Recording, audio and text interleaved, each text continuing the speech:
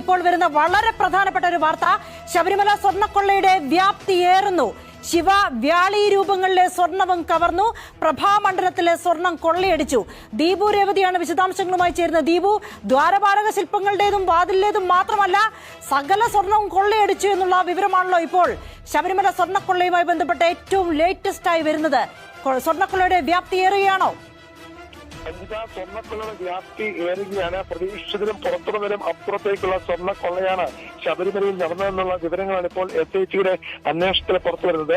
ശബരിമലയിലെ പ്രഭാമണ്ഡലത്തിൽ പൊതിഞ്ഞിരുന്ന സ്വർണ്ണപ്പാളിയും കൊള്ളയടിച്ചതാണ് പ്രത്യേക അന്വേഷണങ്ങൾ ഇപ്പോൾ കണ്ടെത്തിയിരിക്കുന്നത്. ശ്രീകോവിലിലെ കട്ടിളയ്ക്ക് മുകളിൽ പതിപ്പിച്ചിട്ടുള്ള ശിവരൂപവും വ്യാളി രൂപവും അടങ്ങിയ പ്രഭാമണ്ഡലത്തിലാണ് അത്തരത്തിൽ കൊള്ള നടന്നിരിക്കുന്നത്. ഏറ്റവും ശ്രദ്ധേയമായ കാര്യം, പുതിയ വിവരങ്ങൾ പുറത്തു വരുന്നത് ശ്രീകോവിലിന്റെ കട്ടിളയ്ക്ക് മുകളിലുള്ള ശിവരൂപത്തിലും ഒപ്പം തന്നെ വ്യാളി രൂപവും അടങ്ങിയ പ്രഭാമണ്ഡലത്തിലെ സ്വർണം കൊള്ളയടിച്ചു എന്നുള്ള വിവരങ്ങളാണ് അന്വേഷണത്തിന് ലഭിച്ചിരിക്കുന്നത്. നമുക്കറിയാം, ദശാവതാരങ്ങൾ ആലേഖനം ചെയ്ത 2 ചെമ്പുപാളികൾ, ഒപ്പം തന്നെ രാശിചിഹ്നങ്ങൾ ആലേഖനം ചെയ്ത ചെമ്പുപാളികൾ, കട്ടിളയുടെ മുകളിൽ പൈയിലെ പാളി എന്നിവയിലും പൊതിഞ്ഞ സ്വർണവും കണ്ടിരുന്നു.